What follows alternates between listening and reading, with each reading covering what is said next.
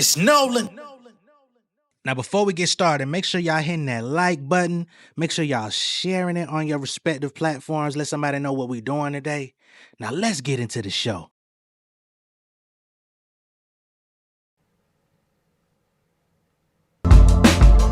The X store, they keeping track of me so much they hitting export. The Brahma bullet is rapping, equipped with new mechanics, loot expanding, got the cameras rolling like Dakota Fanning. Fuck no, I be spitting crack and never touch dope. Dough selling this product, I work for Cutco. Took a little break, had to get my chicken straight. Nigga spitting like I'm finna drop a fucking mixtape, bitch please. I need all my fees, no apologies. Quality mixed with quantity. I'm the hottest breeze, outside ruler. We grew up popping the tuna. Now I'm a connoisseur for popping out your medulla. The Godfather, a martyr, much smarter than I put on to y'all.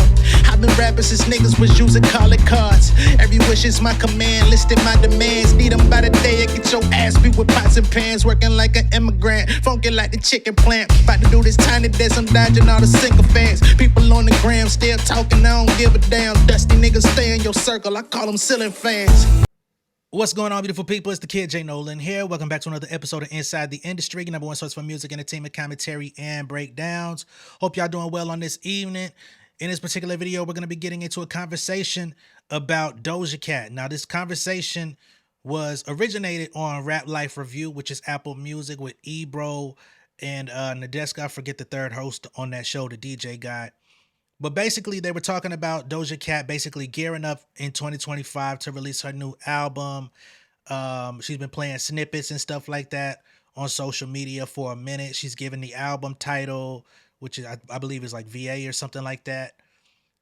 And, you know, her fans, her stans are definitely anticipating this. A lot of people are ready to see what she's coming with, because it looks like she's kind of getting back into her pop bag after the Scarlet and Scarlet 2 projects were mostly hip hop, rap, you know, in those areas, because she wanted to prove herself as a rapper. I guess she feels that she did that adequately, so she's kind of merging those back into the pop, which is essentially what her fans wanted on the last album anyway. The songs that went the craziest were the more pop records to begin with, so I guess by proxy, she just had to go back and tap back in, right? But in this conversation, they weren't so much talking about the music, because as they were getting into it, the third host, which I wish his fucking name would come across my mind, he basically said he's not excited about Doja, right? He says, you know, when it comes to the conversations in hip hop about culture, ethics, and authenticity, why is it that nobody compares her to Drake? Why doesn't anybody look at her in the same lens that they view Drake, in that they were raised within different cultures, mixed race, primarily, you know, raised in the whiter area of their heritage, right? And they come into hip hop and they're basically mocking or copying things that authentically black people that go through the black struggle, that rap and sing about the black experience. They're basically pulling cues and inspiration from those people. But why is it that she never gets talked about the same way as Drake? Then he also talked about, you know, her showing feet in those racial chat rooms and things of that nature, and basically saying all of those things culminating together are why he doesn't really have a lot of excitement for Doja Cat as an artist. He says that she's talented. He says that she has all of the intangibles, the elements to make good music, to rap, to, you know, write, perform, the whole nine. But he says based on her character and just who she's shown herself to be, he doesn't feel like she's authentic. And again, he wishes that people saw her more in the light of Drake. Now, what I'm seeing here is the conversations that he's having about Doja were going on about Drake for many years. And it didn't stop him. It didn't hold him back. It didn't affect his bottom line.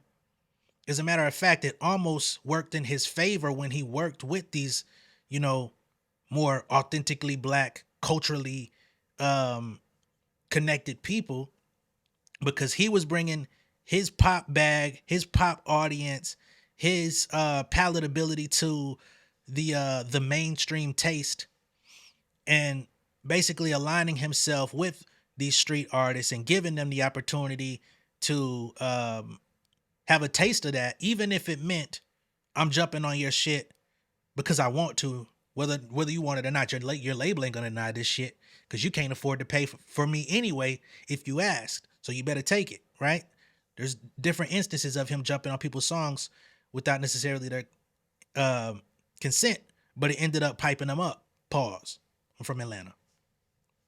So it's a very interesting conversation, very nuanced conversation, but I'm gonna go ahead and pull up the footage because I also think had Drake never gotten into this battle with Kendrick Lamar, although the conversations were happening behind the scenes and on Twitter and on different places where people convene, it didn't come to a head until Kendrick Lamar basically voiced what was already rumbling. And had he not gone up against Kendrick Lamar, I don't think he would have ever been called to the fire in the way that he has, because he got put on the biggest display possible because he really thought, he could go toe to toe. Now, we ain't here to talk about that necessarily. I'm just saying, I think the only reason why so much of a microscope is on dude now is because a culturally relevant, culturally authentic artist that has the people behind him came out and voiced what was already rumbling. In Doja's case, she doesn't have a competitor that is going to do that. And the only person who's like really lining up with her right now is Doechii, and they fuck with each other. So that's not going to happen, right? But we'll get to all that in a moment. Let's get to this conversation. Ever. You don't know which way she's going to Exactly. And I expect her to do exactly what she wants, and I feel like she's always going to execute well because she's good at all the things that she touches. The last album was really dope. So for me, it's just like a wait and see game, like where she's going to take it. So yeah, the new album is called, I think it's pronounced V, which is Life in French. Yeah. I did hear that she was actually recording some of this album in France. Really? For a while, yeah. Okay. So I'm sure that was the inspiration, which for me, on my many times I've been to France, France is very much in love with jazz. They're in love with R&B. They're in love with musicianship and great music. Like the music scene there is very vibrant. The hip hop scene is fucking huge. And like they got dope rappers out there. So maybe there's some of that gets into this album. Maybe that's the inspiration for it. That's great inspo. Eddie, you looking forward to this? Does this hit at the gym? Nah, not really. Like, so wait, Doja's not pop enough for you? She cool. Like she's really good at music. She just don't. I don't know, man. Really? Something about. I don't know, man. She just don't. Like she does rap well. Like she raps well. She does everything musically. She just don't. It seemed off with her in hip hop, man. It's like, yeah, you do the music part. Well, again, it's a conversation we always have. Like, there's rap and then there's hip hop, and Doja can rap, and she can. And we seen the old videos where she's breakdancing. Like, she does the music stuff right, but you don't like the demonic stuff that threw you off. The racial chat room showing feet. Like, I never really got over back in the day. Yeah, she don't really. You know what I'm trying to say without trying to say it. So I don't really. She's whatever. She ain't black enough. I didn't say that. She too light skinned. You can say that. I didn't say that. Oh, I'm trying to narrow. I'm trying to just get specific. Figure out what it is. Because I do believe people feel like Eddie though. Mm. Like I believe that like her, there's things about her journey that have been off-putting to people. It's the same thing people accuse Drake about. She does it more. And we just kind of let it slide. It's just hard to pin her down. I don't know that I can say I understand who Doja Cat is as a person necessarily. You know what I mean? When you say she does it more, does what more? The pop stuff? The singing stuff? Nah, like the accusations of you ain't really in this. You're in this when it's convenient for you. Well, so we met her as an R&B artist, I think. Right, she was never really a rapper. She wasn't really a rapper. She was an R&B artist. And at first it was like comedy rap even, or comedy Well, the Cow Moo shit was like a spoofy thing, but even before and it's bangers. That. And the music's good, like I understand that, but we're in 2025, we're in a different place, man. And if you want to dabble in this hip-hop culture, but also, I mean, y'all know what the accusations are in those chat rooms were. Like, Well, no, even it was when she racist wearing chat room showing feet. Yeah, even when she was wearing the shirt with the Nazi the white comedian suprem- dude. I'm not gonna sit here just because I'm on this platform and pretend all that's all good with me, because it's not. It's not. It shouldn't be. 2025's wild for us as a people. And if you can get away with it to a degree and you want to dabble in this world, but then you also culturally want to do a lot of things that are the polar opposite of what this hip hop thing should be, then I ain't with it. You saying Doja Cat playing with white people too much? Yeah, the way That's you what phrased. said. That's what you said. The way No, you because phrased. that's the thing, Yo, though. you just make it impossible to be like, yeah, bro, I agree. Thanks. Thanks for getting to the point here. But that is the point. Sometimes people be playing around with shit too much. You be like, yo, I don't really know where you at with shit. That's what Eddie's saying. And by the way, that's a real thing. Like, that's a real thing for black folks to be like, yo, we not quite sure. Especially when you're a mixed kid. Yeah, you're it's a real thing, you're bro. half I and know half, so from you example. can, exactly. You I can speak lived on it. I walk it. Where black people want to know where you at, bro. Where are you with it? Where are you with the shit? Where are you fam? with it? And now, yo, by the way, when I had my last interview with her, I think we got into that. Like, we got into that where I'm like, listen. What did she say? She just was like, nah, I didn't know that comedian was that. And yes, I made mistakes. And she kind of owned it. Like, she wasn't really, but I also think like, and maybe it's because I understand it because she a mixed kid and her dad wasn't really around like that. And she also grew up in wherever, California. No, not in the state of California. What is the word for the place that she grew up in? Suburbs? No, it didn't seem like she grew up in a Not normal... enough black people around to be like, yo, check this out, fam. The commune? Oh, she was. Yeah, she was. She did live. So interesting story that she shared was she grew up. Her mother and her grandmother worked with John Coltrane's wife and grew up in a jazz commune, where it was like that's why the music thing is so serious with her and she's so dope because she grew up around all these like jazz artists and she's like. But I just also don't know like what growing up in a commune does to a developing mixed kid. Yeah, she probably it's, these mixed kids, these light skins be struggling out here, bro. It's tough, man. It's tough, bro. They're not, especially when they're not really grounded in Black American culture. Like, and it doesn't sound like she grew up grounded in Black American culture. Listen, and he brought up Drake earlier. That's why he brought up Drake, because he was like, people make accusations about Drake. But that's the same thing. Drake is Canadian. That Black American thing is a specific thing. And if you wasn't raised in and around it, but you're trying to like dibble it, this is what Eddie wanted to say, but you trying to dibble and dabble with it. I think the difference between Drake and a Doja, if we're talking about mixed kids, is Drake isn't putting on gang slang and like strip club street essence in her rapping. Oh, Doja Cat ain't. Doja Cat, what did I say? You said Drake, but yes, that's true. But I think the critique on Drake as it came to that is that world is a specific Black American experience, for better or for worse. But also too, we can't we can't draw a direct line to Drake in legit racist-ish like we can with her.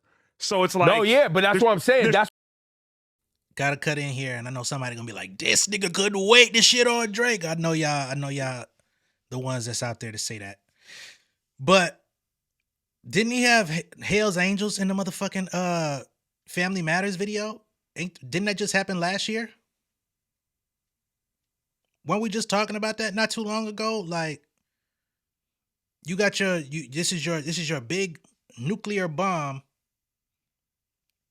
where you're going against the man so-called freeing the slaves, right?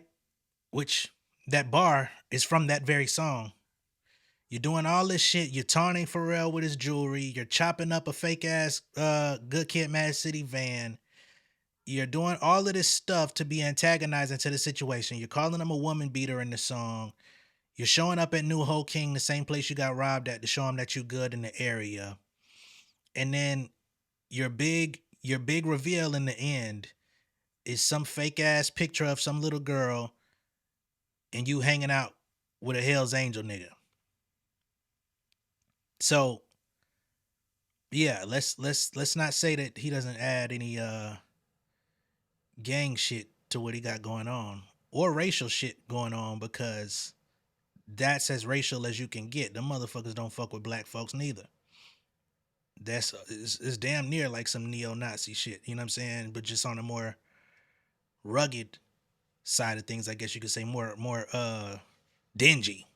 Cause that motherfucker looked dingy in that video. But anyway, this ain't about homie. They're just comparing the two and trying to understand why Doja doesn't get put under the same amount of criticism that somebody like a Drake has. And again, Drake was pretty much scot-free till he decided to get into a battle with a champion of the culture. I think that's honestly what it is, what it was, and what it's gonna be. But let me see if there's any more to this conversation. I said that there's critique. 2 different times. Yeah, there's 2 different times. And Yeah. I'm gonna be honest. Look, bro. I'm not here to preach to nobody about certain things. Y'all can like what y'all want to like. I'm not mad. If you want to listen to Doja Cat, do your thing. I just have issues with it. Like I You need to know where like she at. Say, I just don't know I where need you to know at. where you at with it. And that's Rap Life Review. That's Eddie. All right. And I'm not mad at Eddie. I kind of agree with him. You get what I'm saying? Because when it does come down to it, especially with all of the racial tension in the country, the cultural divide that's clearly like just blatant in our face at all times, more so than shit in recent years. It's just been crazy with this motherfucker that y'all keep allowing in office and stuff like that. And I say y'all, collectively, I'm not talking about us in here, right? Just y'all. Yeah, you want to know where people stand. You want to know that the people that you might find yourself standing next to who may look and portray themselves in the same or similar light as you, when the shit hit the fan, that y'all really gonna be able to like stand together in solidarity, and that the person standing next to you ain't gonna sell you out, and cosplay the other side and use their proximity to whiteness in their favor while you go down. You know what I'm saying? So I think that's a very fair critique. It's something that she earned. It's not something that people just placed on her. She found herself in them rooms with them motherfucking incels. And, that's something that's going to follow her forever.